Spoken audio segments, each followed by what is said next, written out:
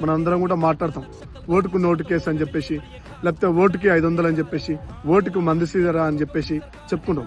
అది కాదు మిత్రులారా, ఓటుని ఈ రోజు మనమందరం కూడా 2 విభాగాలుగా విభజించి ఇలా మన ఓటుని అమ్ముకుంటున్న దాఖలాలు ఇలా స్వతంత్ర భారతదేశంలో ఉంది.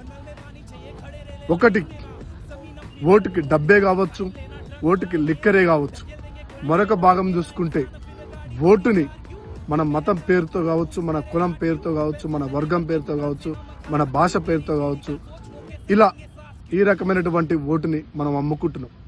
కానీ ఈ రోజు నిలబడేవాడు ఏ పార్టీ నుంచి నిలబడ్డవాడు గెలిస్తే మనకేం చేస్తాడు, నిలబడ్డవాడు గెలిస్తే మన నియోజకవర్గాన్ని లేకపోతే మన గ్రామాన్ని లేకపోతే మన పట్టణాన్ని ఏ విధమైనటువంటి అభివృద్ధి పదంలో తీసుకెళ్తారని చెప్పేసి ఏ ఒక్క భారత పౌరుడు కూడా ఆలోచించని దాఖలాలు ఇలా స్వతంత్ర సరే డబ్బు తీసుకోకుండా, మతం చూడకుండా, కులం చూడకుండా, జాతి చూడకుండా, నీ వర్గం చూడకుండా ఓటుని నిలబడ్డ క్యాండిడేట్ ఏ వర్గం నుంచి నిలబడుతున్నాడు, ఏ కులం నుంచి నిలబడుతున్నాడు, ఏ మతం నుంచి నిలబడుతున్నాడు అనేది చూడకు.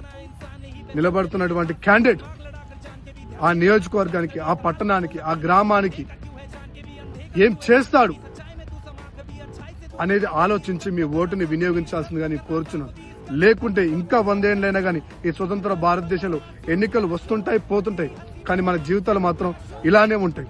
మన జీవితాలు మారాలన్నా, దేశం అభివృద్ధి చెందాలన్నా, పట్టణాలు అభివృద్ధి చెందాలన్నా, గ్రామాలు అభివృద్ధి పదంలో ముందుకెళ్లాలన్నా, రైతన్న కష్టాలు తీరాలన్నా మన ఓటు హక్కుని మనం వినియోగించుకునే సందర్భంలో చాలా నిజాయితీగా, నిబద్ధతతో కూడుకున్నటువంటి ఓటుని మనం వేయాల్సిన అవసరం మనందరి మీద ఉందా.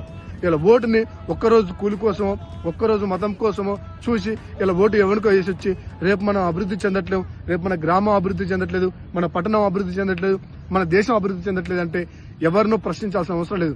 ప్రశ్న నీ సైడ్ నువ్వే వేసుకోవాలి. ప్రశ్న మనలోనే ఉంది, సమాధానం మనలోనే ఉంది. తప్పు మనమే చేస్తున్నాం. ఇవాళ డబ్బు తీసుకున్నది మనమే, డబ్బుకు అమ్ముడు పోయింది మనమే, ఓటు వేసింది మనమే. ఇవాళ ప్రశ్నించేది పాలకులనా? ప్రశ్నించాల్సిన ముందే ఓటు వచ్చిన రోజు, ఎన్నికలు వచ్చిన రోజు మనలో మనమే ప్రశ్నించుకొని మన ఓటుని సక్రమంగా ఒక వ్యక్తికి వేసినట్టయితే ఇలా మన నియోజకవర్గాలు, మన పట్టణాలు, మన గ్రామాలు, మన దేశం అభివృద్ధి పదంలో ఎప్పుడో జరిగి ఉండేది. కానీ అలా చేయట్లేం. ఎందుకు? చదువుకున్న మేధావులు అదే పని చేస్తున్నారు, చదువుకున్న విద్యార్థులు అదే పని చేస్తున్నారు, చదువుకొని వాళ్ళు అదే పని చేస్తున్నారు.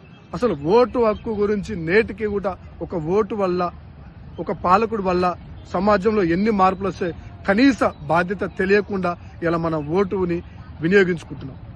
అది కాదు, ఓటులు ఎన్నికలు వచ్చిన ప్రతి సందర్భంలో మనం తెలియజేసుకోవాల్సిన అవసరం మన మీద ఉన్నది.